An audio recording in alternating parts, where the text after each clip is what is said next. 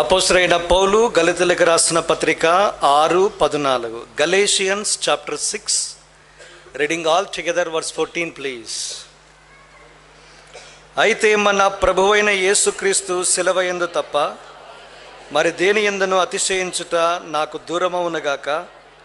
దానివల్ల నాకు లోకమునకు నేనును శిలువ వేయబడి ఉన్నాము. ప్రభు సాయం కొరకై ప్రార్థనలో ప్రయోగిద్దామండి. శిలువ యందు అతిశయించడానికి రెండు ప్రధానమైన కారణాలని ఆధారం చేసుకుని ఆరాధనలో మనం ప్రవేశించాం. అందులో మొదటిది the pre eminence of the cross of Christ. క్రీస్తు శిలువ యొక్క ప్రాశస్తత లేదా ప్రాధాన్యత. కనుక ఆయన లోకము కొరకు చనిపోవడము ఒక ఎత్తు అయితే, అది చరిత్ర అయితే, ఆయన నా కొరకు తన్ను తాను శిలువ మరణమునకు అప్పగించుకొనుట అది నా జీవితము ఆరంభముగా మనము గమనించాం. ఇక రెండవది the power of the cross. శిలువకున్న శక్తి, అందులో దాచబడిన 5 అంతల ఆత్మ సంబంధమైన ఐశ్వర్యాన్ని గురించి కూడా తలపోసుకుని ఆరాధనలో మనము నిలిచి ఉంటూ వచ్చాం. ఇక మూడవదిగా ఈ వర్ధమానములో శిలువ మరణము, దానికి చుట్టూ ఉన్న అనేకమైన సంగతులను మనము ధ్యానించడంలో ఒక ప్రాముఖ్యమైన నియమము చేత ఈ రెండవ భాగాన్ని మనం ఆరంభించాలని నేను కోరుచూ ఉన్నా.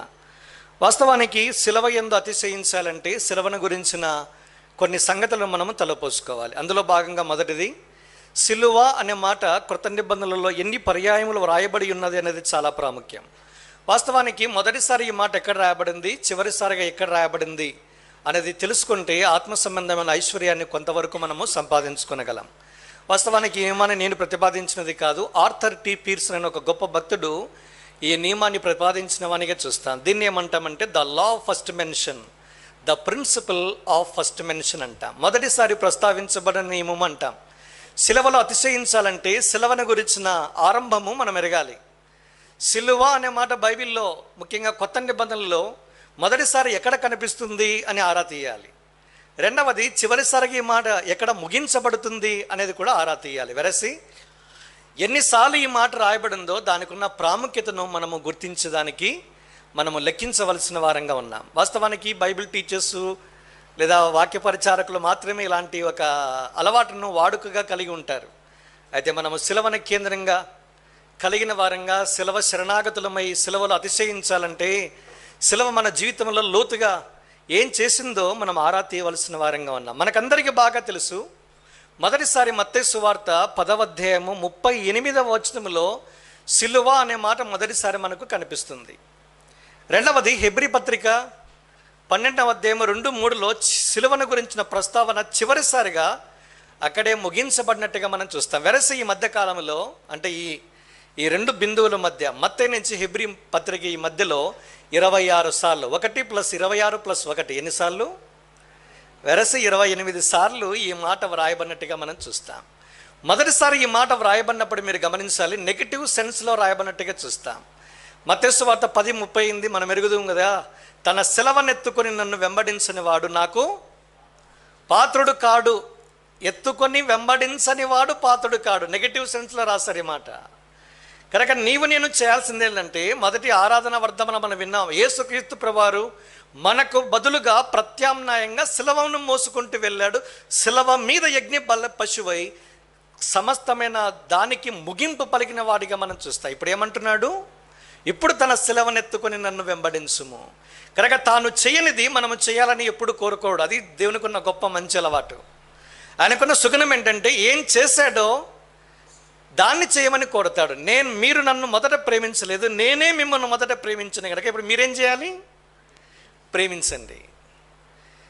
ఇక్కడ రాయబడిన మాట, నేను శిలువనెత్తుకున్నా, నేను శిలువ మోసా, శిలువ మీదకి వెళ్ళా, శిలువలో సమాప్తం చేశా. ఇప్పుడు ఏమంటున్నాడు? తన శిలువనెత్తుకొని నన్ను వెంబడించుట. ఈ మాటలో దాగి ఉన్న 3 అంతస్తులను, 3 సబ్ హెడ్డింగ్స్ను మనం చూస్తాం. అది తెలుసుకోవాలంటే చివరి భాగం దగ్గరికి రావాలి. హెబ్రీ పత్రిక 12:2లో చూస్తాము. 1 నుంచి 3 వచనాల్లో చూస్తే, ఇంత గొప్ప సాక్షి సమూహము మనల్ని మేఘం వలె ఆవరించి ఉన్నందున ఏం చేయాలంట? మనం కూడా ప్రతి భారమును సులువుగా చిక్కులుబెట్టు పాపమును విడిచిపెట్టి మన విశ్వాసమునకు కర్త, సేనాధిపతి, కెప్టెన్ ఆఫ్ ఫెయిత్ అన్నాడు. ఒరిజినేటర్ అన్నాం. విశ్వాసానికి ఆరంభకుడు, మన జీవితాల్లో విశ్వాసాన్ని తీసుకుని వచ్చిన వాడు, ప్రశస్తమైన ఈవిని నీకు నాకు బహుమానంగా వరంగా అనుగ్రహించినటువంటి వాడు. ఏం మాట్లాడుతున్నాడు?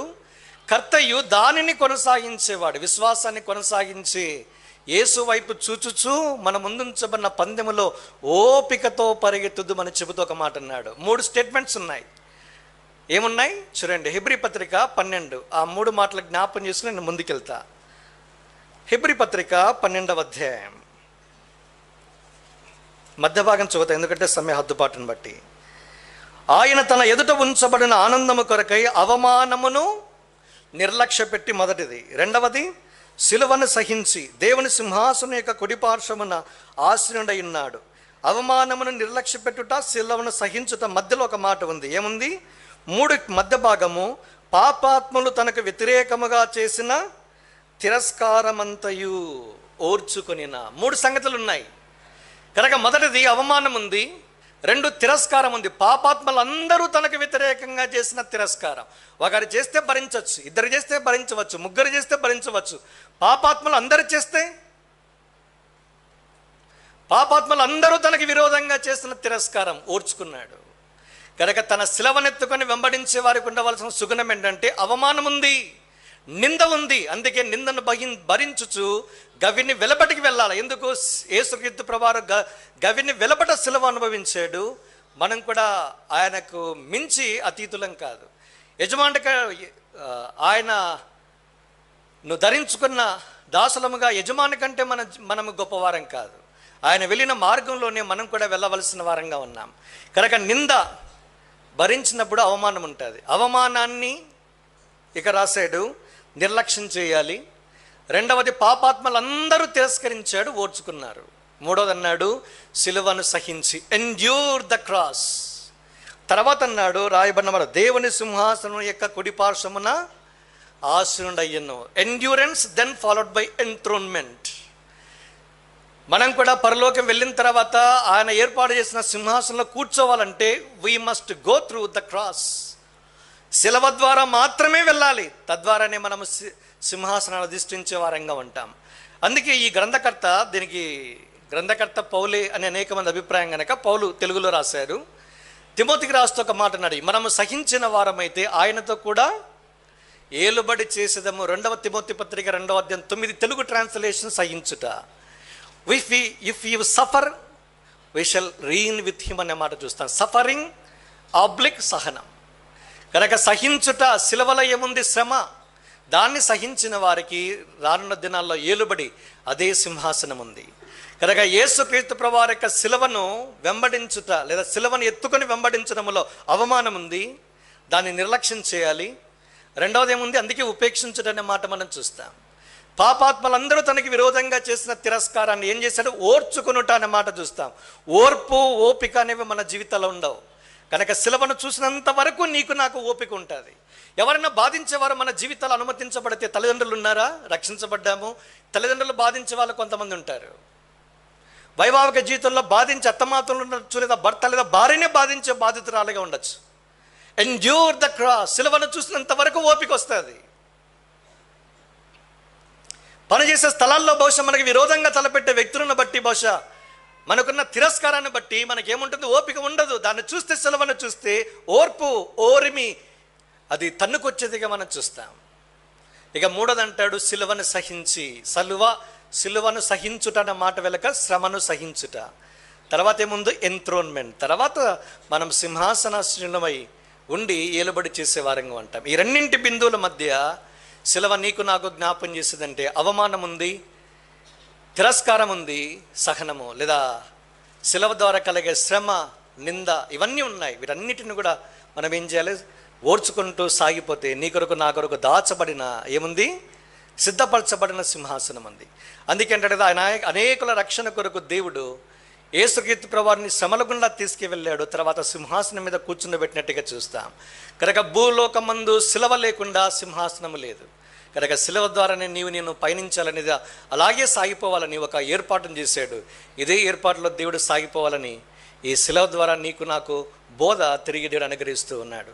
కనుక మిట్టుకి ఏదైనా the principle of first mention, మొదటిసారి ప్రస్తావించబడిన లేదా చివరిసారి ప్రస్తావించబడిన ఈ నియమము ద్వారా ఇంత ఆత్మ సంబంధమైన సంగతులు ఉన్నాయి. అందుకే ఏ పదమైనా, ఏ మాట అయినా, ఇదే వెలుగులో మనము ధ్యానించి సాగిపోవటానికి దేవుడు సాయం చేయనుగాక. ఇప్పుడు రెండో భాగం దగ్గరికి రాగలిగితే, సిలువ యందు అతిశయించాలంటే సిలువలో యేసుక్రీస్తు ప్రభువారు పలికిన మాటల దగ్గరికి కూడా మనం రావడం చాలా ప్రాముఖ్యం. వాస్తవానికి మనం గమనిస్తే చివరిగా పలికిన సందేశాలకు చాలా ప్రాముఖ్యత ఉంది. అది బైబిల్లో కూడా రికార్డ్ చేయబడినట్టుగా, గ్రంథస్థం చేయబడినట్టుగా చూస్తాం. యాకోబు తన పిల్లలను ఉద్దేశించి చివరిగా మాట్లాడిన పలుకులు ఆదికాండం 49వ అధ్యాయంలో రాయబడ్డారని మనం చూస్తాం. ఇశ్రాయేలు జాతిని ఉద్దేశించి మోషే పలికిన చివరి ప్రసంగాలు ద్వితీయోపదేశకాండం 31, 32, 33 అధ్యాయాల్లో గ్రంథస్థం చేసినట్టుగా చూస్తాం. అందుకే ఆ పుస్తకానికి ద్వితీయోపదేశము అనే మాట చూస్తాం. ద్వితీయ ప్లస్ ఉపదేశం. మొదటిసారి ఉపదేశించాడు ఎక్కడ? నిర్గమాకాండములో ఉపదేశించాడు. మరలా రెండవసారి మోషే ద్వారా ఉపదేశించడానికి దేవుడు ఉపక్రమించాడు. దానికి ప్రధానమైన కారణాలు 2 ఉన్నాయి. మొదటిది ఏంటి? ఒకసారి చెబితే మనం మర్చిపోతాం, అందుకే రెండోసారి మాట్లాడతాడు. అందుకే యోబు గ్రంథకర్త అంటాడు, యోబు గ్రంథంలో దేవుడు ఒకసారి మాట్లాడతాడు, 2 సార్లు మాట్లాడతాడు, 3 సార్లు మాట్లాడతాడు, నరులు దాన్ని లక్ష్యం చేయరంట. కనుక రెండోసారి దేవుడు మాట్లాడుతున్నాడంటే దెర్ ఈజ్ ఎ సెన్స్, దానికి ఒక అర్థం ఉంది. దాన్ని మనము పట్టుకొని సాగిపోవాలన్నది దేవుని యొక్క అభిలాష. కనుక దేవుడు ఒక సంగతిని గురించి పిన్ పాయింటెడ్గా మాట్లాడితే, ఒక వాగ్దానం ఇస్తే, ఒక సంగతిని సరిచేసుకోవాలని మాట్లాడితే, దానికి నీవు నేను చేయవలసింది ఏంటంటే విధేయత లేదా లోబట. అది దేవుడు మన యుద్ధ నుంచి కోరేది. అందుకే దేవుడు రెండోసారి ఉపదేశించాడు. మొదటి కారణం ఏంటి? మనం మర్చిపోతాం కనుక మళ్ళీ రెండోసారి జ్ఞాపకం చేయడం. రెండోది ప్రధానమైన కారణం, వాస్తవానికి ఇదే బలమైన కారణం. 40 సంవత్సరాల సుదీర్ఘమైన ఈ ప్రయాణంలో 2వ జనరేషన్ ప్రవేశించింది. ఐగుప్తు నుంచి విమోచించబడిన తర్వాత ప్రజల అరణ్య మార్గం గుండా వెళ్ళేటప్పుడు పుట్టారనుకోండి. మోషే చరమాంకంకి వచ్చాడు, 120వ ఏట చనిపోతూ ఉన్నాడు. అది ద్వితీయోపదేశకాండం 34వ అధ్యాయంలో చూస్తాం. అప్పటికి ఆయన వయసు 120 ఏళ్ళు. మోషే భక్తుడి జీవితంలో 40x3 అది 120 ఏళ్ళు. మొదటి 40 ఏళ్ళు ఐగుప్తు దేశము లేదా ఫరో ఇంటిలో మనం చూస్తాం. 2వ 40 ఏళ్ళు మిద్యాన్ అరణ్యములో 2వ సంగతిగా మనం చూస్తాం. 3వ 40 ఏళ్ళు ఇశ్రాయేలు ప్రజలను విడిపించి కనాను వైపుగా తీసుకుని వెళ్ళే ఈ యాత్రా ప్రయాణం 40 లాంగ్ ఇయర్స్. ఈ 40 ఏళ్ళ ప్రయాణంలో చాలామంది కొత్త జనరేషన్ పుట్టారు. వారి కొరకు దేవుడు ఏం చేయాలా? మళ్ళా రెండోసారి ఉపదేశించాలి. అందుకే రెండోసారి ఉపదేశించాడు. కనుక దాని కొరకే అన్నాడు ద్వితీయోపదేశము అనే మాట ఉపయోగించినట్టుగా చూస్తాం. సరైన అంశం ఏంటంటే చివరిగా మాట్లాడిన మాటలకి లేదా సందేశాలకి చాలా ప్రాముఖ్యత ఉంటుంది. ఒక యోసేపు, దానికి చరిత్ర. ఒక మోషే పలికిన మాటలకు దానికి చరిత్ర, అదే ద్వితీయోపదేశకాండంలో చూస్తాం. ఒక యెహోషువ 24వ అధ్యాయంలో చూస్తాం. మీరు ఎవరైనా సేవిస్తారేమో నాకైతే తెలియదు, నా మట్టుకైతే నేను నా ఇంటి వారి యెహోవాను సేవిస్తా. ఇప్పుడు నేను మాట్లాడతా, ఆలకించండి. చివరిగా ఆయన మాట్లాడిన మాటలు ఇవన్నిటిని ముగించుకొని కొత్త నిబంధనలో ప్రవేశిస్తే యేసుక్రీస్తు ప్రభువారు చివరిసారిగా 12 మందిని ఉద్దేశించి మాట్లాడిన చివరి సందేశాలు యోహాను సువార్త 13 నుంచి 16 అధ్యాయాలు, 4 సుదీర్ఘమైన అధ్యాయాల్లో గ్రంథస్థం చేసినట్టుగా మనం గమనిస్తాం. ఎక్స్క్లూసివ్గా డిసైపుల్స్, శిష్యులను ఉద్దేశించి మాత్రమే మాట్లాడిన మాటలు ఇవి. తర్వాత 17వ అధ్యాయం క్లోజింగ్ ప్రేయర్, ఇక ముగింపున high priestly prayer of our Lord Jesus Christ అంటాం. సుదీర్ఘమైన ఒక ప్రధాన యాజకుడు చేసే సుదీర్ఘమైన ప్రార్థన చేత ఏం చేశాడు? ఈ 4 అధ్యాయాలకి బెనడిక్షన్ ఇచ్చినట్టుగా మనం చూస్తాం. వాక్యం తర్వాత ప్రార్థనే ఎందుకు ఉండాలి అని చెప్పి ఒక దానికి ఆధారము యోహాను 13 నుంచి 16 వాక్యము, దెన్ ఫాలోడ్ బై ప్రేయర్ యోహాను 17. కనుక చివరి సందేశాలకే ఇలాంటి ప్రాముఖ్యత ఉండి పరిశుద్ధాత్మ దేవుడు వాటన్నిటినీ కూడా వ్రాయగలిగి నీకు నాకు ఒక పుస్తక రూపంలో 66 పుస్తకాల్లో వ్రాసి నీ స్వంత భాషలో మాతృభాషలో ఇస్తే చివరిగా పలికిన మాటలకి మరింత ప్రాముఖ్యత ఉండాలి. అందుకే యేసుక్రీస్తు ప్రభువారు పలికిన చివరి మాటలకు కూడా చాలా ప్రాముఖ్యత ఉంది. నీవు నేను సిలువలో అతిశయించాలంటే సిలువకు సమీపస్తులుగా తీసుకురాబడి ఆయన నోట నుండి పలకబడి ఆయన నోట నుండి రాల్చబడి ధారాళంగా ప్రవహించే మాటల వైపుగా మన మనసులను, మన చెవులను, మన హృదయాలను కేంద్రీకరించి ఆయన మాటల వైపుగా మనము ధ్యానం ఉంచాలని కోరబడుచు ఉన్నాం. అందుకే నీవు నేను బాగా ఎరుగుదుము, యేసుక్రీస్తు ప్రభువారి యొక్క ఈ చివరిగా పలికిన ఈ మాటలను ఉద్దేశించ అని ఒక భక్తుడు అంటారు. వారెన్ WVSP అని ఒక గొప్ప బైబిల్ కామెంటేటర్, వ్యాఖ్యానకర్త. ఇది పరలోక రాజ్యానికి 7 కిటికీల వంటివి అన్నాడు ఆయన.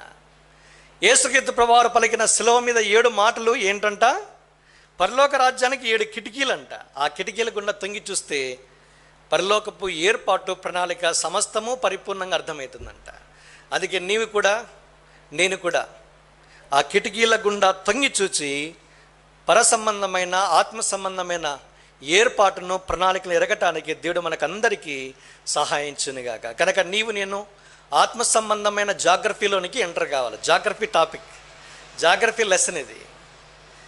భౌగోళిక శాస్త్రం ఎక్కడ? ప్రపంచానికి మధ్యస్థలము అదే యెరూషలేం, లేదా అదే యేసుక్రీస్తు ప్రభువారు పుట్టిన స్థలం. కనుక యేసుక్రీస్తు ప్రభువారు పుట్టిన స్థలములోనికి నీవు నేను వెళ్ళాలా. స్పిరిచువల్ జాగ్రఫీ అంటాం. భౌతికంగా మనం అందరం అక్కడికి వెళ్ళలేము, ఎందుకంటే పాస్పోర్ట్ ఉండాలా, దానికి ఏర్పాటు చేసుకోవాలి, అక్కడికి విమానంలో ప్రయాణించి అక్కడికి వెళ్ళాలా. అయితే ఈ దినమంతా మనము బహుశా అది చేయలేము. అయితే మనం ఆత్మ సంబంధంగా యేసుక్రీస్తు ప్రభువారు పలికిన ఆ 7 మాటలు ఆ గొల్గొతా కొండ దగ్గరికి సమీపంగా రాగలిగితే దేవుడు ఏమి మాట్లాడనై ఉన్నాడో, ఏమి మనతో పంచుకొనై ఉన్నాడో మనం సులభంగా అర్థం చేసుకునే వీలు సాధ్యత ఉంది. కనుక యేసుక్రీస్తు ప్రభువారు పలికిన 7 మాటలు నీ అర్థం చేసుకునే ప్రయత్నంలో భాగంగా దీన్ని 2 వర్గాలుగా వర్గీకరించవలసిన వారంగా ఉన్నాం. దీని కూడా క్లాసిఫికేషనే. మీరు బాగా ఈ ప్రశ్న వేయాలని కోరుచూ ఉన్నా, యేసుక్రీస్తు ప్రభువారు పలికిన 7 మాటలు మనకు తెలుసు. యేసుక్రీస్తు ప్రభువారు సిలువ వేయబడే సమయానికి టైం ఎంత, సమయం ఎంత? ఉదయకాలం 9 గంటల నుంచి సాయంకాలం 3 గంటల వరకు ఉన్నాడు ఆయన. ఈ 6 గంటల వ్యవధిలో యేసుక్రీస్తు ప్రభువారు పలికిన మాటలను మనం వర్గీకరిస్తూ ఉన్నాం. 9 నుంచి 12 గంటల లోపు యేసుక్రీస్తు ప్రభువారు ఎన్ని మాటలు పలికాడు? 3 మాటలు మాత్రమే పలికాడు. 12 నుంచి 3 గంటల వరకు ఎన్ని మాటలు పలికాడు? 4 మాటలు ఏమాత్రం పలకలే. It was a period of silence. 12 నుంచి 3 గంటల వరకు ఒక్క మాట కూడా ఆయన నోటి నుంచి రాలా. లేఖనాలు ఉన్నాయా? మత్తయి సువార్త 27వ అధ్యాయం ఒక మాట మీకు జ్ఞాపం చేసి నేను ముందుకు వెళ్ళే ప్రయత్నం చేస్తాను. చూడండి, మత్తయి సువార్త 27వ అధ్యాయం 45, 46. మధ్యాహ్నం మొదలుకొని 3 గంటల వరకు ఆ దేశం అంతటను చీకటి కమ్మెను. ఇంచుమించు 3 గంటలప్పుడు యేసు ఏలి ఏలి లామా సబక్తాని అని బిగ్గరగా కేక వేసెను. ఆ మాటకు నా దేవా నా దేవా నన్నెందుకు చెయ్యి విడిచితవని అర్థము. మధ్యాహ్నం మొదలుకొని 12 to 3 o'clock period of silence. ఒక్క మాట కూడా మాట్లాడలా. ఎందుకు? Transaction of the cross of Christ. సర్వలోక మానవాళి యొక్క పాపము ఏం చేయబడుతుంది? ఆయన మీద మోపబడుతూ ఉంది. కంప్యూటర్ స్క్రీన్ దగ్గర నిలబడి డిలీట్ కొట్టామనుకో ఏముంటుంది? ఇక్కడ తిరుగుతూ ఉంటుంది ఇట్లా. అంతా అయిపోయిన తర్వాత ఏముంటుంది? ఒక ఆప్షన్ కనబడుతుంది. యేసుక్రీస్తు ప్రభువారు శిలువ మరణము మీద ఆధారపడినప్పుడు మనం గమనించే సంగతి ఏంటంటే, శిలువ మీదకెక్కిన యేసుక్రీస్తు ప్రభువారు 12 గంటలు మొదలుకొని 3 గంటల వరకు చిమ్మ చీకటి ఆవరించినట్టుగా మనం చూస్తాం. సర్వలోక మానవాళి యొక్క పాపం ఆయన మీద మోపబడుతూ ఉన్నప్పుడు ట్రాన్సాక్షన్ జరుగుతూ ఉంది. ఒక మాట కూడా మాట్లాడలే. తర్వాత 3 గంటల తర్వాత ఏం మాట్లాడాడు? పలికిన మొదటి మాట ఇదే, నా దేవా నా దేవా నా చేయి ఎలా విడిచితివి. Then followed by 3 statements. మొత్తం వెరసి 4 స్టేట్మెంట్స్ 3 గంటల తర్వాత పలికాడు. కనుక 9 నుంచి 12 గంటల వరకు 3 మాటలు, 12 నుంచి 3 గంటల వరకు ఏ మాటలు లేవు. 3 గంటల తర్వాత ఏముంది? 4 మాటలు టప టప టప పలికాడు. చివరికి వచ్చేసరికి సమాప్తం. కనుక ప్రభు నాకు అనుగ్రహించిన ఈ సమయ హద్దుబాటుల్లో ఈ 2 వర్గీకరణలలో మొదటి మాటల మీద మాత్రమే కేంద్రీకరించే ప్రయత్నం చేద్దాం. మొదటిదేంటి? లూకాసు సువార్త 23వ అధ్యాయం.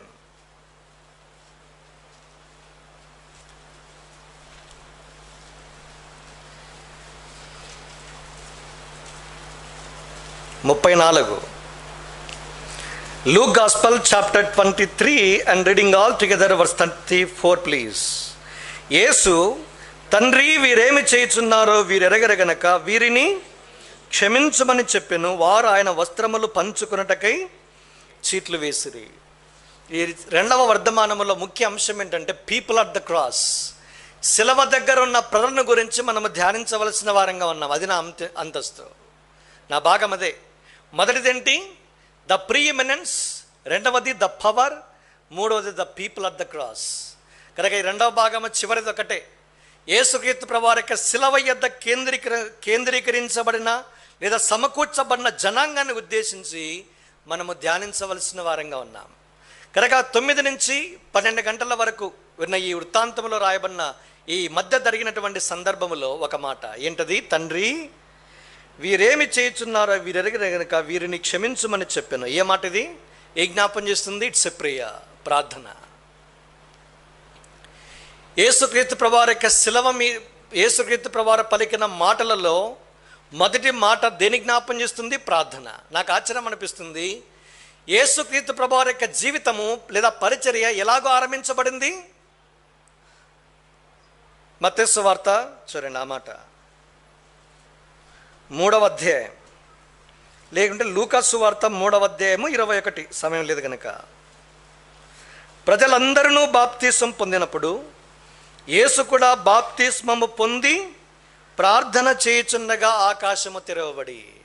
కనుక యేసుక్రీస్తు ప్రభువారి యొక్క జీవితము లేదా పరిచర్య ఆరంభము ప్రార్థన, పరిచర్య ముగింపు ప్రార్థన. ఈ మధ్యకాలంలో కూడా ప్రార్థనే. ఆయనకున్న వాడుకలు కొన్ని ఉన్నాయి. వాడుకలంటే హ్యాబిట్స్, కస్టమ్స్ అన్నాడు ఇంగ్లీష్ బైబిల్లో. కస్టమ్స్ అన్న వర్డ్కి తర్జుమాలో హ్యాబిట్స్ అని ఉన్నాయి. అలవాట్లు తెలుగు తర్జుమా. వాడుక అంటే మనకేం అర్థం కాదు. తెలుగు బైబిల్ కంటే ఇంగ్లీష్ బైబిల్ సులభము అని చెప్పే సందర్భాలు ఇవే. కనుక యేసుక్రీస్తు ప్రభువారి జీవితంలో ఒక వాడుక ఏంటంటే ప్రార్థన. రాత్రికాలం ఒలివెలకొండ, ఉదయకాలం అంతా సువార్త. సువార్త చేసిన తర్వాత దెన్ ఫాలోడ్ బై ప్రేయర్, ప్రార్థనతో ముగిస్తాడు, ప్రార్థనతో ఆరంభిస్తాడు. దిన ఆరంభము ప్రార్థన, దిన ముగింపు ప్రార్థన. కనుక పరిచర్య ఆరంభము ప్రార్థన, పరిచర్య ముగింపు ఎక్కడ? అది శిలువ మీద పరిచర్య ముగించనై ఉన్నాడు. ముగించనై ఉన్నప్పుడు కూడా ఆయన చేసే ఏకైక పరిచర్య ఏదైనా ఉంది అంటే ఏ పరిచర్య అది? మినిస్ట్రీ ఆఫ్ ఇంటర్సెషన్, విజ్ఞాపన పరిచర్య. ఈ మాట చెప్పింది యేసుక్రీస్తు ప్రభువారి కంటే ముందు 700 సంవత్సరాల క్రితం ఒక భక్తుడు ప్రవచనాత్మకంగా వ్రాయబడిన ఒక మాటకి అక్షర రూపంగా లేదా నెరవేర్పే లూకా 23:34 చూద్దాం. ఆ మాట 53వ అధ్యాయము యెషయా గ్రంథం. మనకు బాగా పరిచయము అయిన ఈ మాట మనము చదువుకుందాం. చూడండి, 53 book of Isaiah chapter 53 and reading all together verse 12 please. చివరి భాగం చదువుదాం. అతిక్రమము చేయు వారిలో ఎంచబడిన వాడాయను, అనేకుల పాపమును భరించుచు తిరుగుబాటు చేసిన వారిని గురించి విజ్ఞాపనము చేసెను. కనుక విజ్ఞాపనము అట్ ద క్రాస్. యేసుక్రీస్తు ప్రభువారి యొక్క శిలువ యొద్ద ఆయన చేసిన పరిచర్య ఏదైనా ఉందంటే విజ్ఞాపనం. నాకు చాలా ఆశ్చర్యం అనిపిస్తుంది, రక్షించబడిన విశ్వాసమైన మన జీవితాల్లో శిలువ అనుభవం గుండా మనం వెళ్ళకపోయినా మన జీవితంలో ప్రార్థన, విజ్ఞాపన లేదు. అంతెందుకు, మనకు అన్ని సౌకర్యాలు ఉన్నాయి. రక్షించబడ్డామో, చదువు ఉంది, ఉద్యోగం ఉంది, పిల్లలు ఉన్నారు, భార్య ఉంది, సంపాదన ఉంది, అయినా మన జీవితాల్లో మినిస్ట్రీ ఆఫ్ ఇంటర్సెషన్ లేదు.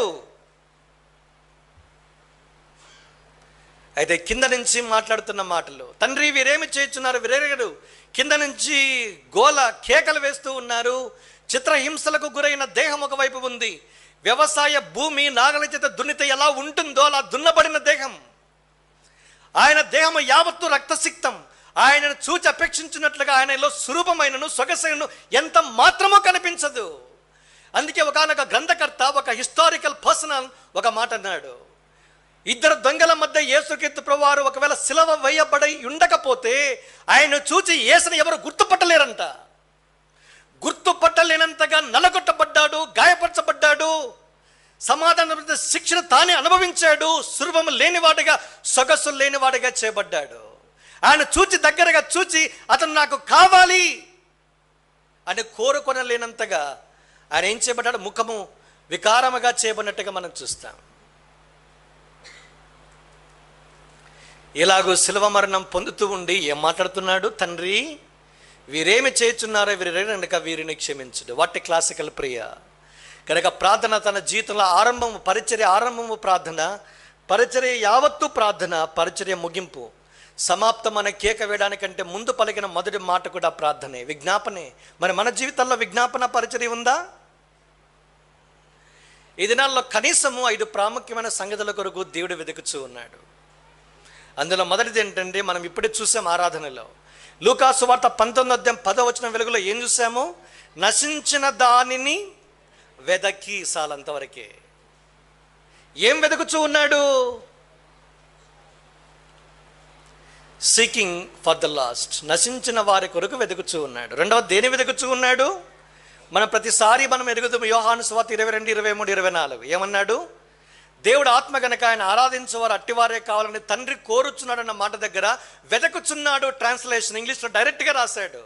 తెలుగులో కింద మాత్రం ఫుట్ నోట్ వేసి కోరుచున్నాడని రాసి కింద వెతుకుచున్నాడు. God is seeking for true worshippers. యథార్థంగా ఆరాధించే వారి కొరకు వెతుకుచూ ఉన్నాడు. అంతే అర్థం ఏంటో తెలుసా? ఆరాధించేవారు చాలా తక్కువగా ఉంటారని అర్థం. ఒక ప్రశ్న వేస్తాను మీకు. ఈ ఉదయకాలం మనకందరికీ తెలుసు, ఇది గుడ్ ఫ్రైడే అని. లేచిన వెంటనే 15 నిమిషాలు మాత్రమే, నేను ఎక్కువ చెప్పడం లేదు, ఇప్పుడు తగ్గించేసానంత. 15 నిమిషాల ఆరాధన, తర్వాత 15 నిమిషాల వాక్యము చదివి ప్రార్థన, అంటే ఒక 15 నిమిషాల ఆరాధన, 15 నిమిషాల ప్రార్థన, వాక్యం వెరసి అరగంట మాత్రమే. ధ్యానం కలిగి ఎల్షద్దైలో చేరిన విశ్వాసుల సంఖ్య ఎంత? చేతులెత్తండి అని నేను అన్నాను. అవమానించడం నాకు ఇష్టం లేదు. అది మనము ఏ స్థాయిలో ఉన్నామో ఒకసారి ఊహించండి. 15 నిమిషాలకు కూడా ఆరాధించలేని మనము, అందుకే అంటాడు వెతుకుచూ ఉన్నాడు ఆయన. దొరికే వాళ్ళ చాలా అరుదు ఆరాధికులు. ఇక మూడోది బలమైనది నాకు in relation to my final message, దీనికి సంబంధించి రాయబడుతున్నమాట. తిరుగుబాటు చేసే వరకు విజ్ఞాపన చేసును. అందుకే యెషయా గ్రంథము 58:16 ఒక మాట రాయబడింది. ఏం చూసారంట? ఇశ్రాయేలులో సంరక్షకుడు లేకపోవట చూచి ఆశ్చర్యపడను. చూడండి, ఇదే యెషయా గ్రంథంలో ఈ మాట ఉంది. చూడండి, యెషయా గ్రంథము 58:16, 59:16 సంరక్షకుడు లేకపోవట ఆయన చూచెను, మధ్యవర్తి లేకుండా చూచి ఆశ్చర్యపడెను, కాబట్టి ఆయన బాహు ఆయనకు సహాయము చేసు. He sought for intercessions but he found none. సంరక్షకుడు, మధ్యవర్తి, తెలుగు తర్జుమా, ఇంగ్లీష్లో ఏం రాశాడు? హీ సా ఫర్ ఇంటర్సెసర్స్ అని రాశాడు. విజ్ఞాపన కర్తల కొరకు వెతికాడంట, కానీ ఎవరంట? దొరకలేదంట, కనుగొనలేదు. What a tragedy! ఆశ్చర్యం అనిపిస్తుంది. దీని ముగింపులో చూడండి, ఒక మాట రాయబడింది. ఏం రాయబడింది? 59 దాటి 62కి వచ్చేసరికి ఒక మాట రాశాడు. చూడండి, 62:1 సియోను నీతి సూర్యకాంతి వలె కనబడు వరకు, దాని రక్షణ దీపం వలె వెలుగుచుండు వరకు, సియోను పక్షమందు నేను మౌనముగా ఉండను, యెరూషలేము పక్షమందు నేను ఊరకుండను. దేవుడు సియోను ఏర్పరచుకున్నాడు. 132వ కీర్తనలో ఈ మాట చూస్తాం. యెహోవా సియోనును ఏర్పరచుకొని ఉన్నాడు, దానిని తనకు నివాస స్థలముగా కోరుకొని ఉన్నాడు. ఇది నేను నివసించు స్థలము, ఇక్కడ నేను నివసించదను, ఇక్కడ నేను విశ్రమించదను. 12-13 వచనాలు. దేవుడు సియోనును ఏర్పరచుకొని తనకు నివాస స్థలంగా కోరుకున్న దాని నీతి, దాని దీపము దేని మీద ఆధారపడింది? దేని మీద ఆధారపడలా, దేని మీద ఆధారపడి ఉంది? 62 రెండో భాగంలో రాయబడిన మాట, 1-2వ భాగం ఏమన్నాడు? నేను సియోను పక్షమందు ఊరుకుండను, యెరూషలేము పక్షమందు మౌనముగా ఉండను. అంటే విజ్ఞాపన కర్తల మీద ఆధారపడి ఉంది. ఇక్కడ సియోను అనే మాట తీసేసి ఎల్షద్దాయ్, నేను వచ్చిన స్థలం హెబ్రోన్, ఎల్షద్దాయ్ హెబ్రోన్ నీతి సూర్యకాంతి వల్ల ప్రకాశించాలన్నా, దాని రక్షణ దీపం వల్ల ఎల్లప్పుడూ వెలుగుచూ ఉండాలన్నా ఎవరి మీద ఆధారపడి ఉంది? దేవుని మీద కాదు. ఆఫ్ కోర్స్ విజ్ఞాపన కర్తల మీద ఆధారపడి ఉంది. నేను సియోను పక్షమందు మౌనంగా ఉండను, యెరూషలేము పక్షమందు ఊరుకుండను. కనుక దేవుని సంఘము నీతి సూర్యకాంతితో పోల్చాడు. అక్కడ సూర్యకాంతి వల్ల ప్రజ్వలించే నీతితో సంఘాలు వర్ధిల్లాలంటే దీపము, దాని రక్షణ దీపం వల్ల ఎల్లప్పుడూ వెలుగుచ్చు. బలిపీఠం మీద అగ్ని నిత్యము మండుచుండవన్నది ఆరిపోకూడదు. Leviticus chapter 6:13. కనుక దేవుడు ఆరంభించిన ఈ మంట, ఈ జ్వాల ప్రజ్వలించబడాలి. దాని వెలుగు ప్రకాశమానంగా, దేదీప్యమానంగా వెలగాలంటే అది విజ్ఞాపన కర్తల మీద ఆధారపడి ఉంది. తండ్రి, వీరేమి చేయుచున్నారో వీరిని క్షమించరు. ఇట్స్ ఎ ప్రేయర్, ప్రార్థన. కనుక యేసుక్రీస్తు ప్రభువారు చిత్రహింసల గుండా వెళ్తూ శిలవ మీదకెళ్ళి పలికిన ఆ మాటలో ప్రార్థన దాగి ఉంటే, సంఘ క్షేమాభివృద్ధి కొరకు నువ్వు చేసిన ప్రార్థన దేనిని బట్టి దేవుడు సంఘాలను దీవించాలో ఆస్వాదించాలో దాన్ని ఏర్పాటు చేసిన ఈ నియమం మీద నేను ఆధారపడతావా, ఆధారపడవు, నీ ఇష్టమిక.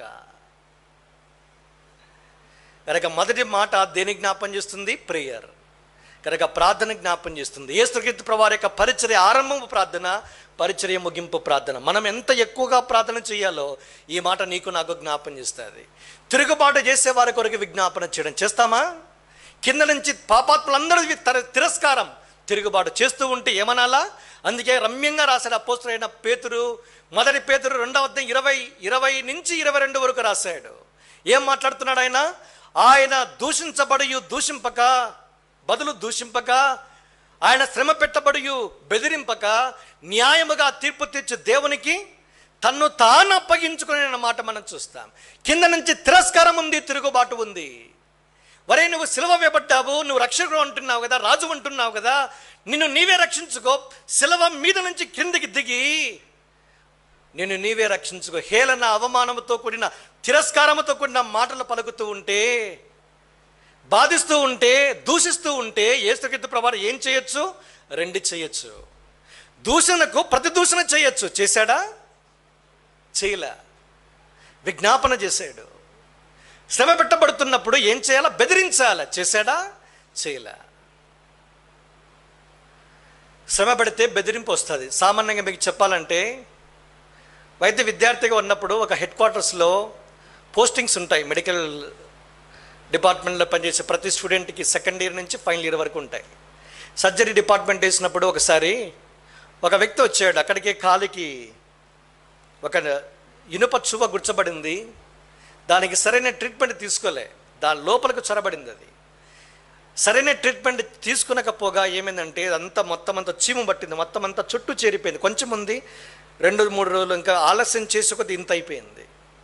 ఇంతగా వాచింది. దానికి ఏం చేయాలి? ట్రీట్మెంట్ ఇవ్వడానికి డాక్టర్ను సంప్రదించాడు. సరిగ్గా సర్జికల్ డిపార్ట్మెంటే దీనికి సంబంధించిన ఆ పేషెంట్ను పోస్ట్ చేశారు, ఇక్కడికి పంపించేశారు. ఇప్పుడు ఏమన్నాడు డాక్టర్ చూసి, ఇది చాలా చిన్నది, దీనికి పెద్దగా ఆపరేషన్ థియేటర్కి వెళ్ళి చేసలేదు, సర్జికల్ ఆపరేషన్ థియేటర్ ఒకటి ఉంటుంది, ఒకటి మైనర్ చాలు, మేజర్ ఎక్కర్లేదు, మా పిల్లలు చూసుకుంటారు, తీసుకెళ్ళి స్ట్రెచర్ మీద తీసుకెళ్ళి అక్కడ అతన్ని పడుకోబెట్టి చేయవలసిన ట్రీట్మెంట్ ఇచ్చి అతనికి పంపించండి, లేదా అడ్మిషన్ చేసుకుని 1-2 రోజులు తర్వాత దానికి ప్రొసీజర్ ఒకటి ఉంది కదా, దాన్ని చేసి పంపించండి అన్నారు.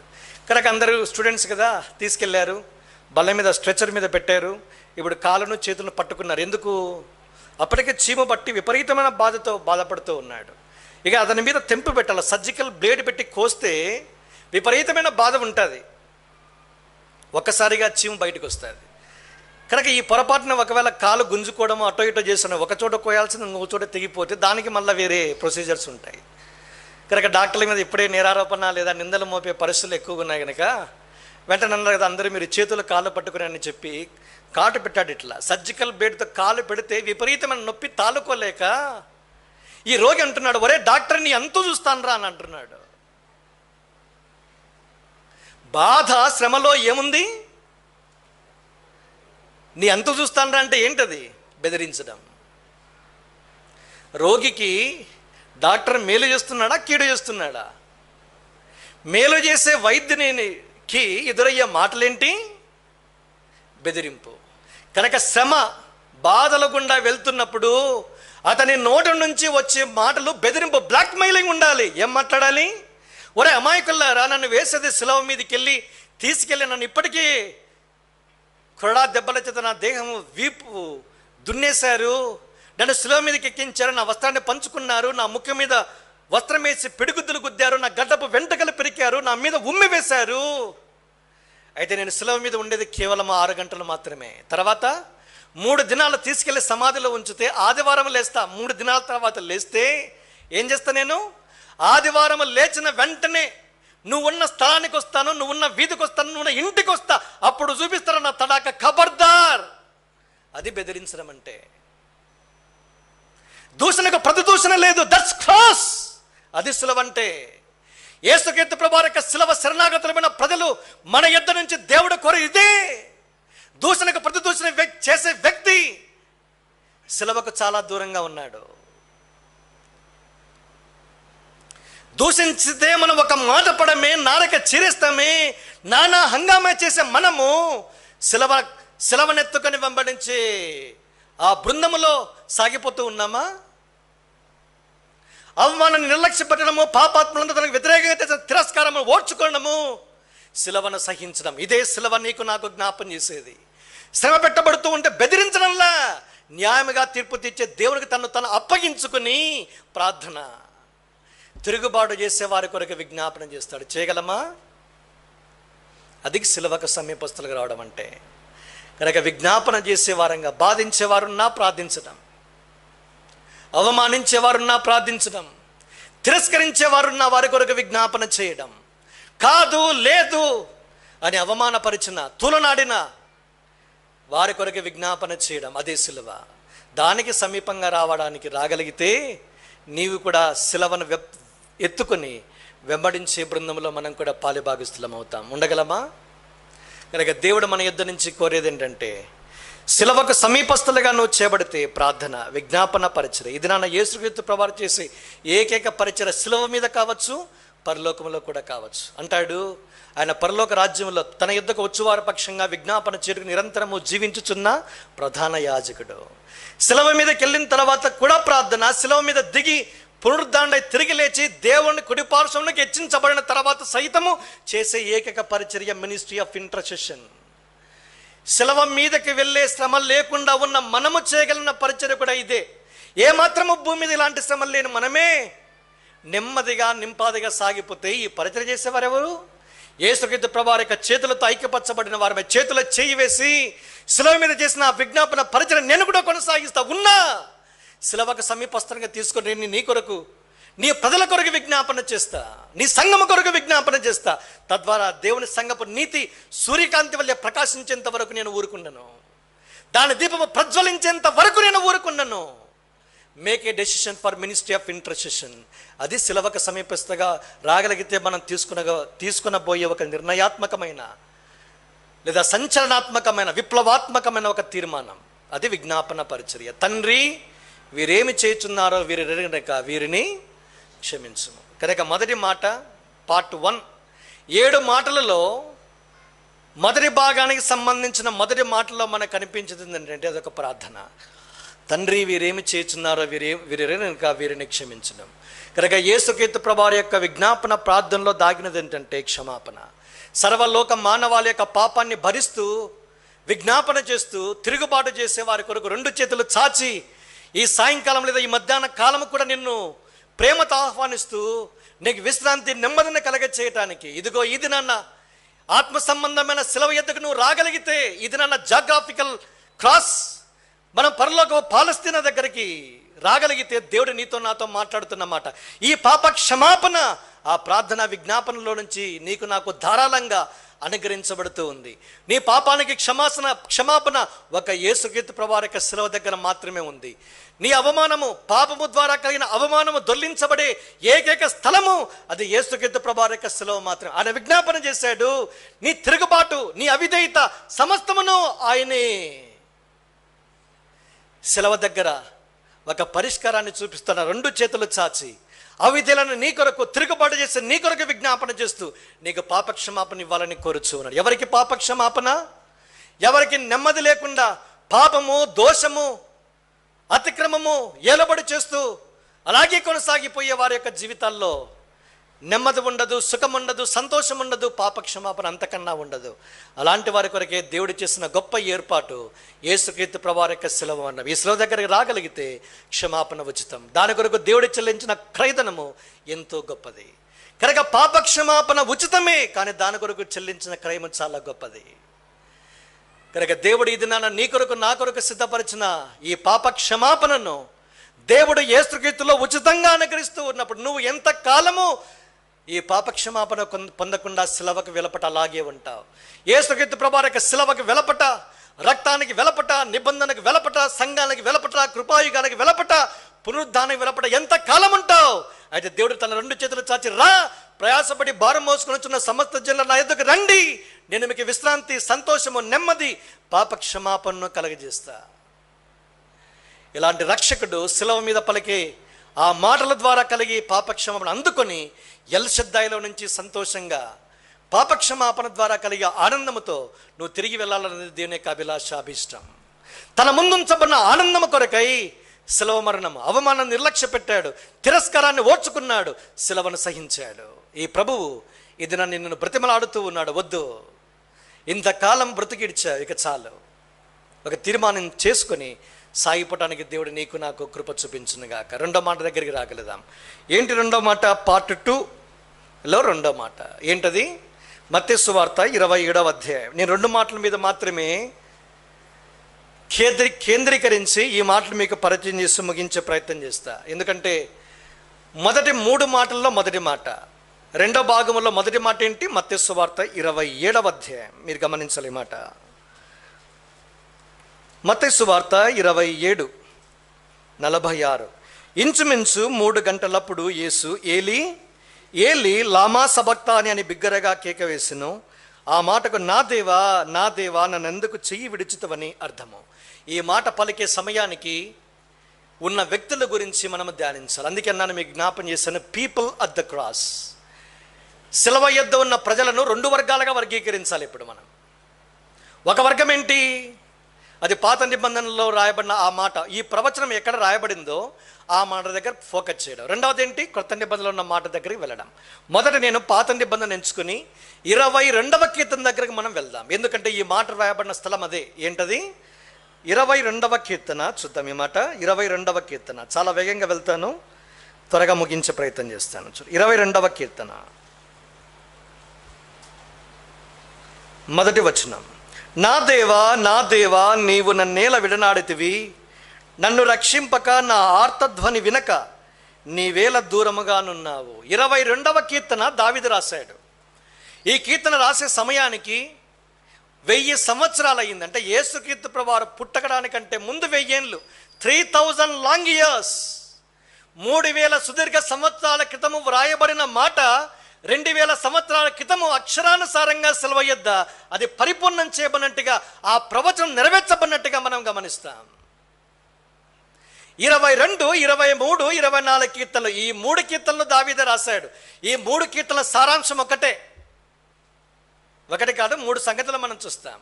22వ కీర్తన సామ్ ఆఫ్ క్రాస్, శిలువ కీర్తన అంటాం. 23వ కీర్తన ఏమని పేరు పెట్టవచ్చు? యెహోవా నా కాపరి, నాకు లేమి కలగదని రాసి 6వ వచనంలో మనం చూస్తాం, నేను బ్రతుకు దినములన్నయు కృపాక్షేములో నా వెంట వచ్చును.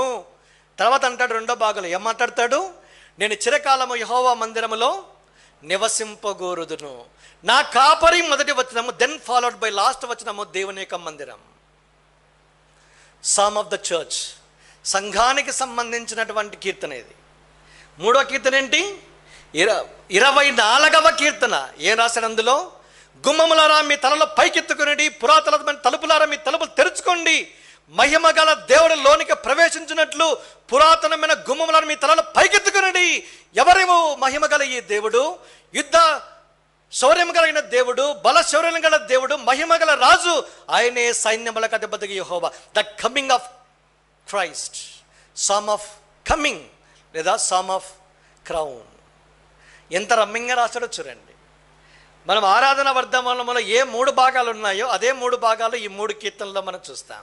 22వ కీర్తన శిలువ కీర్తన, 23వ కీర్తన సంఘ కీర్తన, 24వ కీర్తన ఆయన రాకడ, ఆయన మహిమగల రాజుగా ప్రత్యక్షపరచబడే ఆ కీర్తన ఎంత రమ్యంగా రాయబడిందో చూడండి. శిలువ గుండా వెళ్ళాలి, శిలువ ద్వారానే సంఘం ఆవిర్భవిస్తుంది. Where there is no cross there is no church. శిలువ లేకుండా సంఘము లేదు. Where there is no church there is no coming. సంఘము లేకుండా క్రీస్తు రాకడ లేదు. ఆయన సంఘము కొరకే తిరిగి రెండోసారి రానై ఉన్నాడు. అందుకే మీ తలలు ఏం చేయాలా? పైకెత్తుకో. ఎందుకు తల దించుకుంటావు? సమస్య ఏదైనా పరిష్కారం ఒకటే, ఆ పరిష్కారమే యేసుక్రీస్తు ప్రభువారు. ఆయన యుద్ధ బలశూరుడు, బల శౌర్యం కలిగిన వాడు, మహిమగల రాజు. ఈ రాజు దగ్గరికి వచ్చి వ్యాజ్యం అంటూ ఏదైనా ఉంటే దాన్ని తీర్చడానికి శక్తిమంతుడు ఈ రాజు పరిష్కరించలేని సమస్య అంటూ ఏదైనా ఉంటుందా? లేదు. రాజ్యం ఏదైనా తీసుకురా. ఎందుకు తల దించుకుంటావు? ఎందుకు నిరుత్సాహపడతావు? ఎందుకు కృంగిపోతావు? సమాధిలో లేడు, పునరుద్ధరణై తిరిగి లేచి తిరిగి రెండోసారి ఆయన ఉన్నాడు. రమ్యంగా రాయబడిన ఈ కీర్తనలు 3 సంగతులు మనకు జ్ఞాపం చేసి 22కు వద్దాం. ఏం మాట్లాడుతున్నాడు ఈ మాట? నా దేవా నువ్వు నన్నేల విడనాడితివి అని చెప్పే ఈ మాట అక్షరానుసారంగా నెరవేర్చబడింది. యేసు నోట మాట్లాడతాడు. ఈ మాట దగ్గర దావీదు ఒక మాట ఉపయోగించాడు 6లో. ఏంటది? చూడండి 6వ వచనం. నేను నరుడను కాను, నేను పురుగును, నరుల చేత నిందింపబడిన వాడును, ప్రజల చేత తృణీకరింపబడిన వాడు, నిందింపబడిన వాడును తృణీకరింపబడిన వాడు. పురుగు అంటే ఎవరికైనా ఎన్నికుంటుందా అండి? పురుగు లెక్కలకు వస్తుందా? ఏ పురుగు? ఇది నిలుపురుగు కాదు, వానపాము అంతకన్నా కాదు. వాస్తవానికి హెబ్రీ భాషలో ఇక్కడ రాయబడేది మ్యాగెట్ అనే మాట వాస్తవానికి ఉపయోగించారు. అది బిబ్లికల్ హీబ్రూ ప్రకారం చూస్తే టోలా అనే వర్డ్ నుంచి ఒక మాట ఉపయోగించబడింది. క్రిమ్సన్ క్రోకస్ అనే ఒక పురుగు ప్రస్తావన ఇక్కడ రాయబడింది. ఈ క్రిమ్సన్ క్రోకస్కి ఒక చాలా ప్రాముఖ్యత ఉంది. ఇది జువాలజీ. మీరు బాగా గమనిస్తే 22వ కీర్తన ఒక జంతు ప్రదర్శనశాలను మనకు తలబెడుతుంది. ఎలా ఉంది చూడండి. 22వ కీర్తన పురుగు చుట్టూ ఏముంది? 12వ వచనములో వృషభములు, ఏ వృషభము? బాషాను దేశపు బలమైన వృషభాలు ఉన్నాయి. తర్వాత ఏమున్నాయి? 16వ వచనం, కుక్కలు నన్ను చుట్టుకొని ఉన్నాయి, కుక్కలు ఉన్నాయి. తర్వాత ఏమున్నాయి? 21 సింహపు నోట నుండి ఉంది. 21 రెండవ భాగం, గురుపోతుల కొమ్ములలో నుండి. బాషాన దేశపు బలమైన వృషభాలు ఎవరి చుట్టూ ఉన్నాయి? Crimson crocus. నేను నరుడన కాను, పురుగు చుట్టూ ఉన్నాయి. పురుగు బాషాన దేశపు బలమైన వృషాలు. సంబంధం ఏదైనా ఉందా? సమబుద్ధిలో ఏదైనా క్రికెట్లో ఆడాలంటే పాకిస్తాన్ ఇండియానే. రసవత్తరంగా ఉంటుంది, చూడాలనిపిస్తుంది. ఒక పురుగుతో పోరాడే దానికి ఎంతమంది వచ్చారు? బాషాన దేశపు బలమైన వృషభాలు వచ్చాయి. రోమా కర్కశ సైనికులకు సాదృశ్యం వీళ్ళు. కుక్కలున్నాయి. ఎవరు వీరు? కుక్కల కేకలేస్తాయి, మరుగుతాయి. లూకా సువార్త, మార్కు సువార్త 15:10లో మీ రాజు ఉన్నాడు, ఆయన ఏం చేయాలండి? సిలవ వేయము, సిలవ వేయము. కింద నుంచి కేకలు, అదే కుక్కలు. ప్రజల ఆర్ధనాదము కనిపించే మాట, సిలవ వేయము, సిలవ వేయము. మురిగే వారిగా మనం చూస్తూ ఉన్నాం. ఎవరిని సిలవ వేయాలి? బందిపోటు బరబ్బాని సిలవ వేయాలి. అయితే దురదృష్టం ఏంటంటే ఒక బందిపోటు బరబ్బా విడుదలయ్యాడు, ఒక విమోచన కర్త రక్షకుడు సిలవ మీదకి ఎక్కడానికి, అప్పగించడానికి ఆయన కేకల ఆధారమైనట్టుగా చూస్తాం. ఆశ్చర్యం ఏంటంటే ఈ పొంతి పిలాతు సింహముతో పోల్చబడ్డాడు. రాస్తాడు, అంటాడు, మనుషులను సంతోషపెట్టగోరి యేసుక్రీస్తు ప్రభువును ఏం చేశాడు? చూడండి, మార్కు సువార్త, కొంచెం వేగంగా వెళ్ళాలి. మార్కు సువార్త 15:15, త్వరగా ముగించేస్తాను. ఒకరు చదవండి. మార్కు 15:15. పిలాతు జన సమూహమును సంతోషపెట్టుటకు మనసు గలవాడై వారికి బరబ్బాను విడుదల చేసి యేసును కొరడాలతో కొట్టించి సిలవ వేయని అప్పగించును. జన సమూహాన్ని సంతోషపెడితే సిలవకు అప్పగిస్తాం. మనుషులను సంతోషపెట్టడానికి భూమి మీద లేం. గుర్తుపెట్టుకోవాలి మీరు. యేసుక్రీస్తు ప్రభువారి యొక్క రక్తం ద్వారా విమోచించబడిన వ్యక్తులుగా నీవు నేను భూమి మీద ఒకే ఒక గురి, ఒకే ఒక గమ్యం కొరకు బతుకుతా ఉన్నాం. దేని కొరకు? నీ కొరకు మరణించి తిరిగి లేచిన వారిని సంతోషపెట్టుట కొరకు మాత్రమే బతుకుతూ ఉన్నాం. అందుకే ఒక పేతురు అన్నాడు, ఒక పౌలు అన్నాడు, నేను బ్రతుకుట క్రీస్తే, సావైతే లాభం. నేను మనుషులను పెట్టేవాడినైతే నేను క్రీస్తు దాసులను కాకయే పోదును. జాగ్రత్త. మనుషులను సంతోషపెట్టడానికి ఎన్నిసార్లు సులభంగా అప్పగించాం? ఒక కోరిక కొరకు, సంతోషం అనుభవించడం కొరకు ఎన్నిసార్లు క్రీస్తుని సులభంగా అప్పగించాం? ఒక కాని దాన్ని కోరికను అనుభవించడానికి ఎన్నిసార్లు క్రీస్తును సిలువకు అప్పగించాం? మనమేమో పాటలు పడితే యూదులు ఆయన ఆనాడు సిలువ వేసిన యూదులు కాదు, నీవు నేనే. మనుషులను సంతోష పెట్టగోరి పిలాతు ఏం చేశాడు? సిలువకు అప్పగించి వెళ్ళిపోయాడు. సింహము.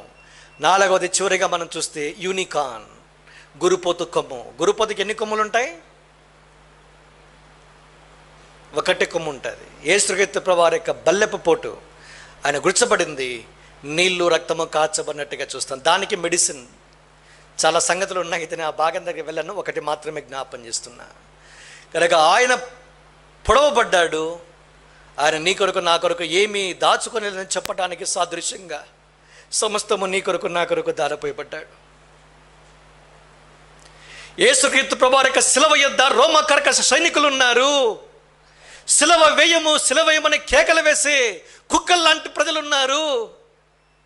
మనుషులను మాత్రమే సంతోషపెట్టి యేసుక్రీస్తు ప్రభువారిని సిలువకు అప్పగించి, నీతిమంతుని సిలువకు అప్పగించిన ఒక మనుషుడు ఉన్నాడు, రాజు లేదా రోమా గవర్నర్, అధిపతి ఒకవైపు ఉన్నాడు. మరొక వైపు గురుపోతు కొమ్ము క్రీస్తు యేసు ప్రభువారిని నిర్దాక్షిణ్యంగా దాక్షిణ్యము లేకుండా పొడిచిన ఒక వ్యక్తిని మనం చూస్తాం. వీటన్నిటినీ ఒకవైపు ఉంటే పురుగు ఒకవైపు ఉంది. క్రిమ్సన్ క్రోకస్, నేను నరుడును కాను, పురుగు చుట్టూ ఇవన్నీ ఉన్నాయి. ఊహించండి, పురుగుకి ఏమైనా ఉందా? డిఫెన్స్లెస్, తన్ను తాను కాపాడుకొనలేని వ్యక్తిగా యేసుక్రీస్తు ప్రభువుని మనం చూస్తాం. వదకు తేబడిన ఒక గొర్రె బొచ్చు కత్తిరించు వాని ఎదుట మౌనముగా ఉండినట్లు ఆయన నోరు తెరవలేదు. తాను బాధింపబడిన ఆయన మౌనముగా ఉండెను. శిలువ ఏం జ్ఞాపం చేస్తుంది? Speechless, defenceless. మాట్లాడే నాలుక నీ నోట ఉంది అంటే you are not near to the cross. శిలువకు సమీపంగా లేవు, దూరంగా ఉన్నావు. మౌనంగా ఉండేవాడు, నోరు తెరవక మౌనంగా ఉండేవారి జీవితాల్లో ఏముంటుంది? అందుకే అపోస్తలు అక్కడ 8:33 అన్నాడు, ఆయన తన దీనత్వమును బట్టి న్యాయ విమర్శ దొరకలేదంట. రమ్యంగా రాస్తాడు అసలు ఆ మాట. తన దీనత్వాన్ని బట్టి ఏం దొరకలా? న్యాయస్థానంలో న్యాయం దొరకలా. న్యాయస్థానంలో న్యాయం దొరికేది ఎవరికి? నోరుండే వాళ్ళకి, ధనం ఉండే వాళ్ళకి, జన బలగం ఉండే వాళ్ళకి, పరపతి ఉండే వాళ్ళకి. పురుగు లాంటి వ్యక్తికి న్యాయ విమర్శ దొరుకుతుందా? దీనత్వం. కనుక తన దీనత్వాన్ని జ్ఞాపం చేస్తూ తన్ను తాను రక్షించుకొనలేనంతగా బలిహీనుడు కాదు ఆయన, బలవంతుడైన దేవుడు. ఆయనను నీకోసం నా కోసము ఆయన బలహీనుడిగా చనిపోయిన వానిగా మనం చూస్తాం. బలహీనుని కొరకు, భక్తుని కొరకు, శత్రువు కొరకు, పాపాత్ముని కొరకు దేవుని పరలోక ప్రేమ బయలుపరచబడింది. ఇదిగో శిలువ మీద లోకాన్ని ప్రేమించుచున్నాడు. ఎంతగా ప్రేమించుచున్నాడో, శిలువను చూస్తే చాలు నిన్ను నన్ను ఎంతగా ప్రేమించుచున్నాడో ఆ ప్రేమకు రుజువును గావించిన వానిగా దేవుని మనం చూస్తాం. కనుక యేసుక్రీస్తు ప్రభువారి యొక్క శిలువ మరణము దగ్గర, నా దేవా నా దేవా నా చెయ్యి ఎలా విడిచిపెట్టావయ్యా, నేను నరుడను కాను, పురుగును. చుట్టూ ఉన్నారు పీపుల్ ఆఫ్ ద క్రాస్ ఒకవైపు. ఇక రెండో వైపు ఏం చూస్తాము? లూకాసు సువార్త 19వ అధ్యాయంలో 4 వ్యక్తులు మనం చూస్తాం. ఆ మాట మీకు జ్ఞాపం చేసి ఒకే ఒక సంగతిని జ్ఞాపకం చేసి ముగించే ప్రయత్నం చేస్తారు. ఏంటి ఆ మాట? యోహాను సువార్త 19వ అధ్యాయం. యోహాను సువార్త 19:25-26.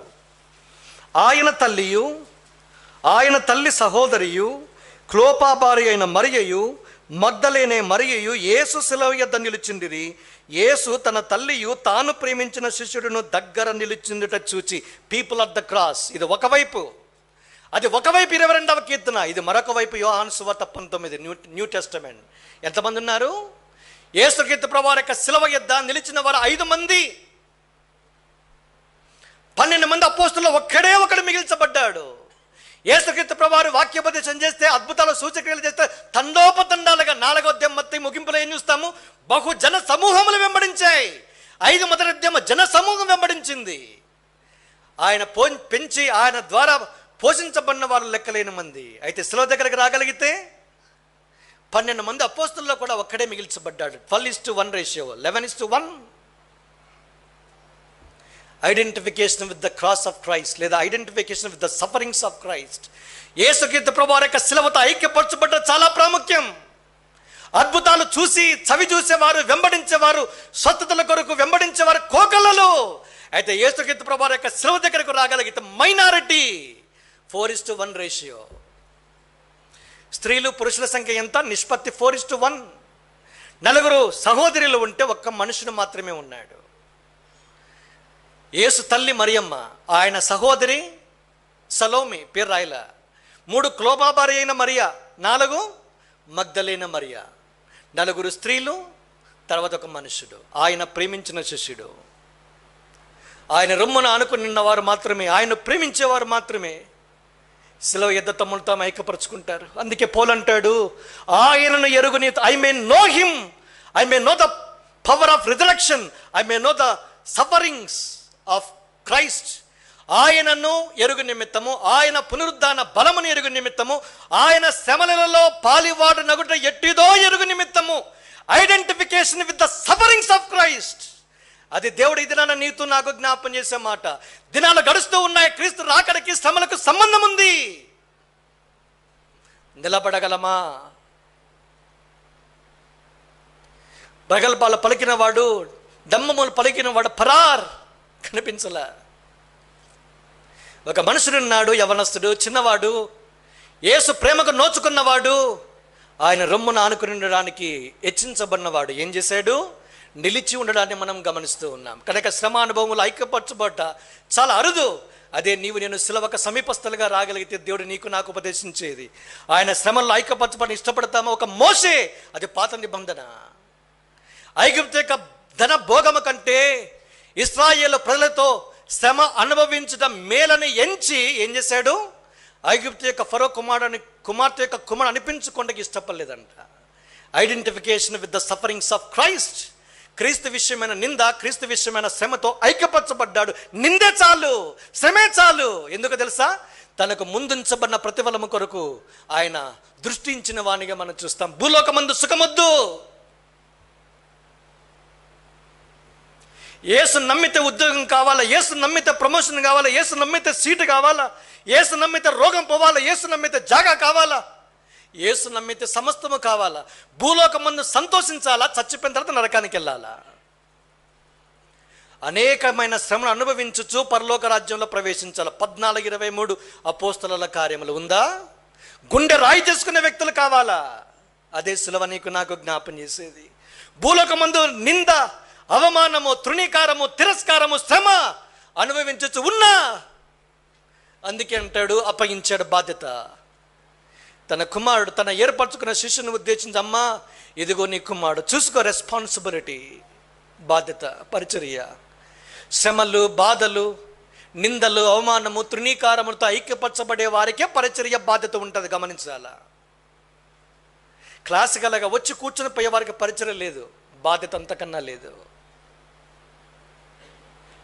అలాంటి వారిని దేవుడు నమ్మి పరిచర్య అప్పగించడానికి దేవుడు సిద్ధంగా ఉన్నాడు. నువ్వు సిద్ధమా? సిలువకు సమీపస్థలుగా రాగలిగితే మొదటి మాట ప్రార్థన. అదే నీవు నేను ఐక్యపరచబడి విజ్ఞాపన పరిచర్యలో చేతులు వేసి అనేకుల రక్షణార్థము, సంఘ క్షేమము కొరకు, సంఘ నీతి కొరకు ప్రార్థించగలిగిన వ్యక్తులుగా ఉంటే ధన్యులము, హెచ్చించబడతాం. రెండో భాగంలో మొదటి మాట, నా దేవా నా దేవా నా చెయ్యి ఎలా విడిచిపెట్టావు? ఎందుకు విడిచిపెట్టావయ్యా? నిత్యత్వం మొదలుకొని నిత్యత్వం వరకు దేవుని దగ్గర ఉన్న వాని యొక్క చెయ్యి మొట్టమొదటిసారి విడబడిన సందర్భం అదే. ఎందుకో తెలుసా? ఆయన నీ చెయ్యి నా చెయ్యి పట్టుకోవడానికి తన సొంత కుమారుని యొక్క చెయ్యి విడిచిపెట్టాడు. ఇంతకంటే దేవుడు నిన్ను ప్రేమించడాన్ని చెప్పటానికి రుజువు ఏం చూపించగలడు?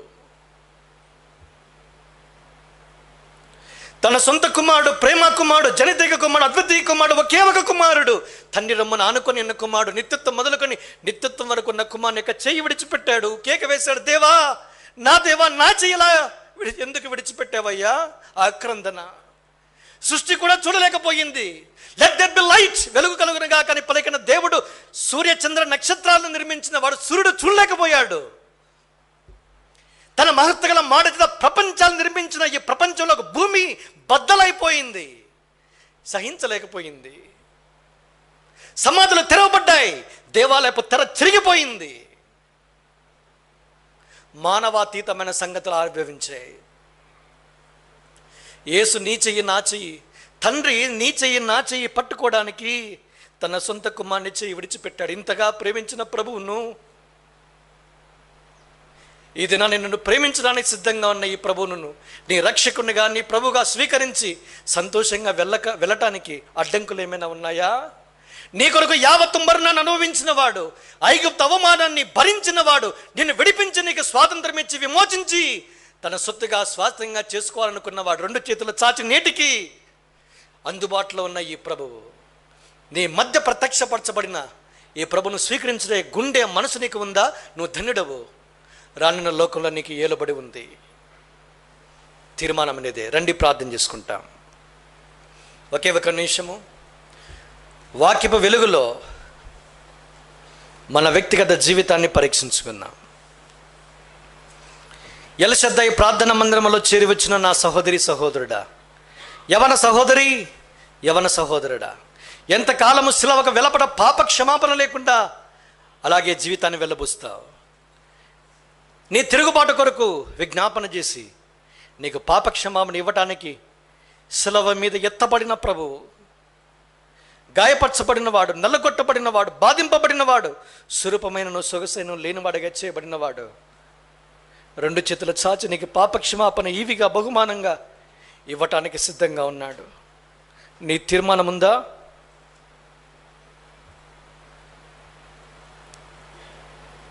హీరామై, నేను ఇక్కడ ఉన్నా ప్రభువా, నన్ను కూడా నీ బిడ్డగా, నీ కుమారునిగా, కుమార్తెగా స్వీకరించవా? ఇదే నీ ప్రార్థన అయితే దేవుని దర్శించుచున్న ఈ సమయాన్ని తృణీకరించగా, త్రోసివేయక, నిన్ను నీవు నూతనంగా అప్పగించుకొని ఆయనతో చేతులు కలుపు.